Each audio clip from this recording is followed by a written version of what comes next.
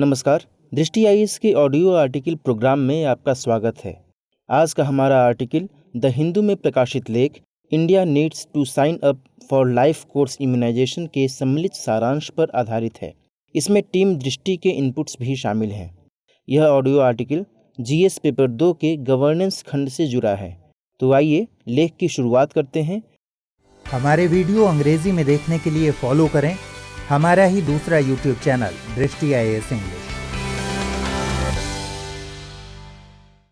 वयस्कों के लिए टीकाकरण का मुद्दा खबरों में। वैक्सीनेशन का नाम सुनते ही सबसे पहले दिमाग में जो इमेज बनती है वह है छोटे बच्चों को लगाया जाने वाला टीका। पहली बार किसी वयस्क व्यक्ति का वैक्सीनेशन कोरोना महामारी के दौरान ही सबसे अधिक चर्चा में रहा। दरअसल भारत में वयस्क टीकाकरण की मांग जोर पकड़ रही है। भारत में कई वर्षों से बीमारियों के खिलाफ प्रतिरक्षा के निर्माण के लिए सबसे ज्यादा ख्याल बच्चों का रखा जा रहा है। उन्हें बचपन से इम्यून किया जाता है ताकि उनके वयस्क होने तक वह इम्यूनिटी उनमें डेवलप हो जाए, जिससे विभिन्न बीमारियों से लड़ने की उनमें क्षमता आ जाए। कोरोना महामारी के समय ऐसा पहली बार हुआ है जब बच्चों के ऊपर पूरी तरह से वृद्ध हो या वयस्क सभी को वैक्सीन लगाने की तरजीह दी जा रही है। दरअसल वयस्कों को लगने वाली बहुत ही कम वैक्सीन हैं जो उपयोग में लाई जाती हैं, और वे भी ज़रूरत के मुताबिक ही उपयोग में लाई जाती हैं, जबकि एक वयस्क व्यक्ति भी कई बीमारियों का सामना करता है।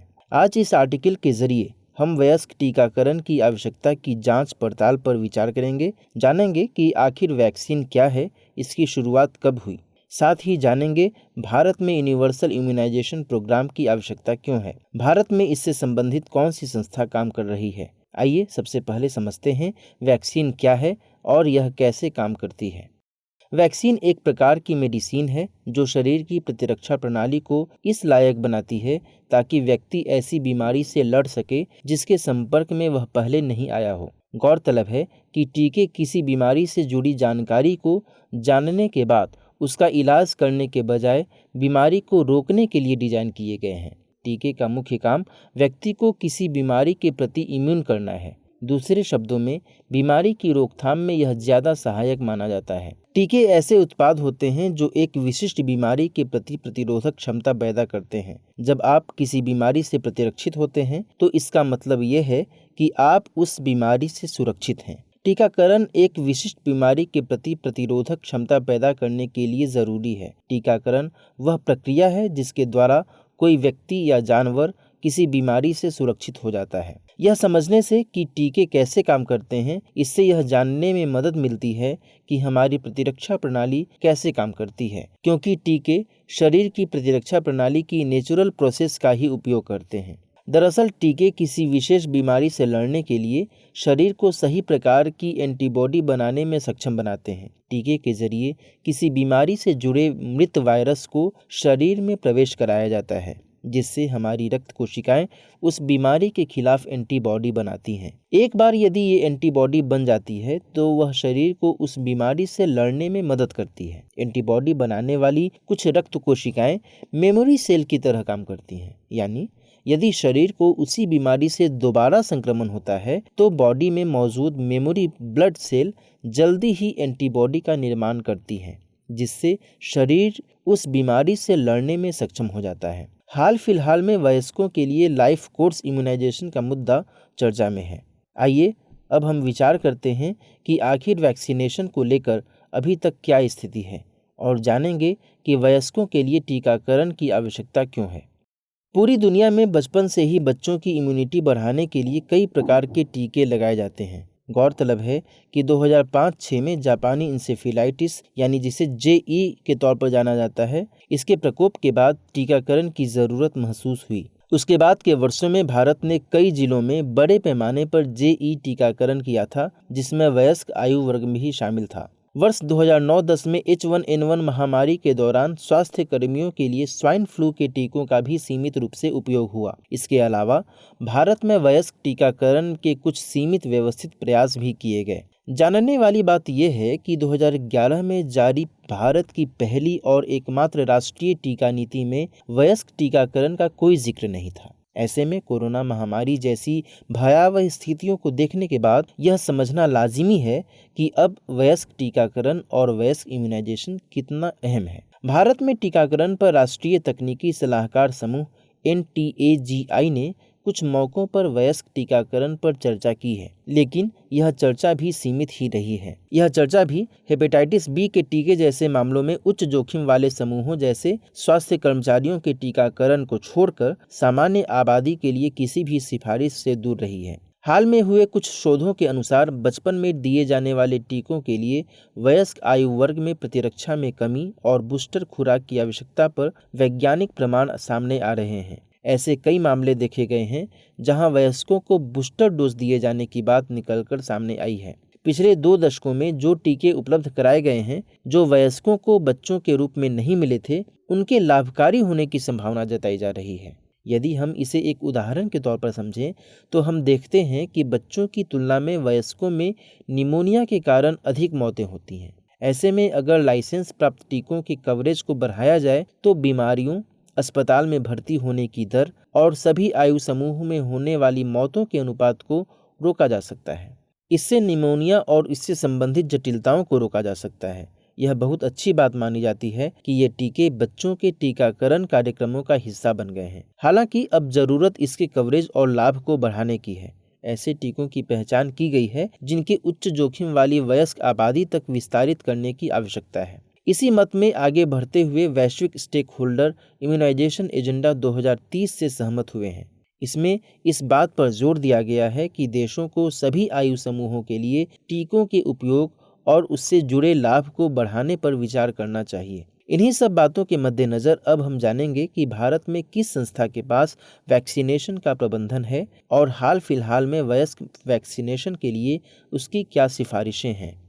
टीकाकरण आज पूरी दुनिया में एक बेहद अहम मुद्दा बनकर सामने आया है। शायद ही किसी ने यह कल्पना की होगी कि पूरी दुनिया में इतनी बड़ी संख्या में एक साथ वैक्सीनेशन किया जाएगा। हर देश बड़ी संख्या में टीकाकरण कार्यक्रम आयोजित करवा रहा है। इसमें सभी देशों में उनकी अपनी संस्था महत्वपूर्ण भूमिका निभा रही है। भारत में टीकाकरण मामलों से जुड़ी ऐसी ही एक संस्था है NTAGI, यानी national technical advisory group on immunisation. NTAGI देश में टीकाकरण पर सर्वोच्च सलाहकार निकाय है, जिसमें स्वतंत्र विशेषज्ञ शामिल होते हैं।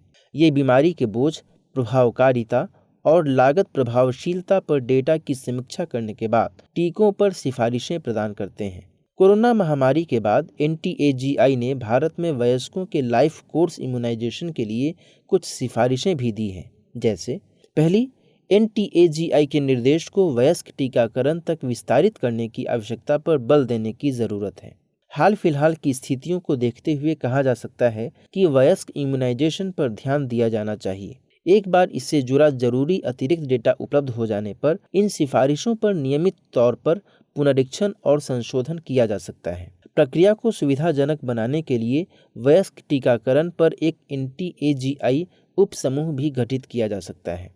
दूसरी, टीकों के जरिए रोकथाम योग्य बीमारियों यानी वैक्सीन प्रिवेंटेबल डिजीज की निगरानी प्रणाली और बीमारी के बोझ और टीकाकरण कवरेज पर डेटा रिपोर्ट करने और विश्लेषण करने की क्षमता को मजबूत करने की जरूरत है।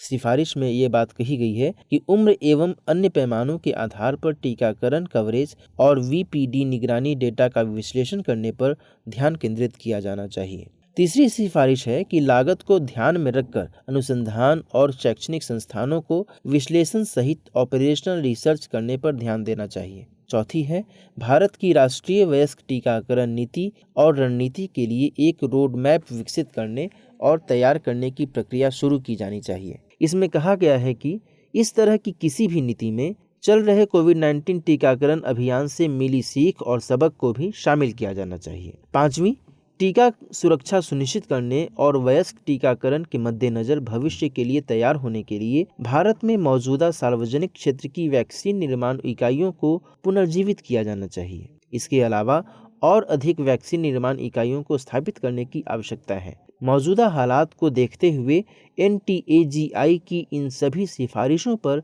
गौर करने की जरूरत है। कोरोना महामारी ने वयस्क टीकाकरण और वयस्क इम्यूनाइजेशन की आवश्यकता की ओर ध्यान दिलाया है। ऐसा जरूरी नहीं है कि बचपन में दी जाने वाली डोज आपकी जीवन भर की इम्यूनिटी को बनाए रखने में सक्षम हो। इन्हीं सब बातों के मद्देनजर अब हम जानेंगे कि आखिर क्या हो आगे की राह।